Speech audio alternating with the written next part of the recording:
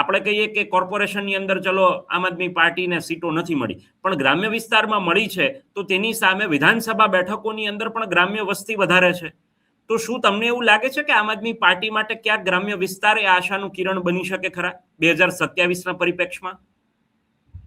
આમ આદમી પાર્ટીએ સુરતમાં જે પોતાના કોર્પોરેશનમાં જે સીટો હતી એ ગુમાવી છે, એનકેન પ્રકારે ગુમાવી. છતાંય એની જે અત્યારે એનો દેખાવ છે આપણે ગુજરાતમાં, એ ચોક્કસ નોંધ લેવા જેવો છે.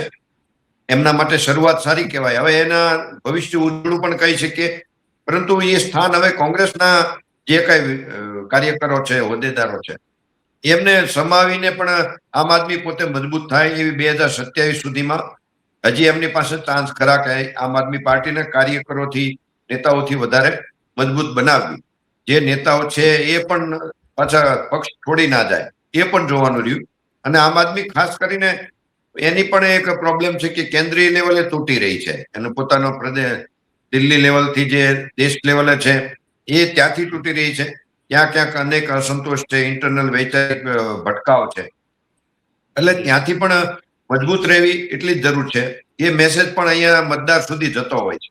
એટલે એવો જ પ્રશ્ન છે ગુજરાતમાં આમ આદમીના મુખ્ય નેતાઓ.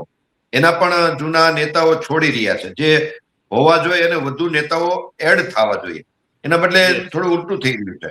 પરંતુ આ પરિણામ પછી ચોક્કસ કદાચ આમ આદમીમાં આત્મમંથન થાય, નવા કાર્યકરોની ભરતી થાય, નવા કોંગ્રેસના જે સારા લોકો છે એની પણ કદાચ આમ આદમીમાં ભરતી થાય કે આગમન થાય અને પાર્ટી એક વિરોધ પક્ષ તરીકે નવી આશા બંધાય, પ્રજાને પણ વોટ દેવા માટેની કદાચ પ્રેરણા મળે, તો એક લોકશાહી પદ્ધતિ જે રાજ્યમાં જળવાવી જોઈએ એ જળવાય. બાકી હજી 2027ની આ 2029 સુધી આ પરિણામ સુધી મુજબ એવું દેખાય છે કે ભાજપની માટે હવે કોઈ હરીફ છે જ નહીં, એવું કહીએ તો પણ વધુ નહીં લાગે.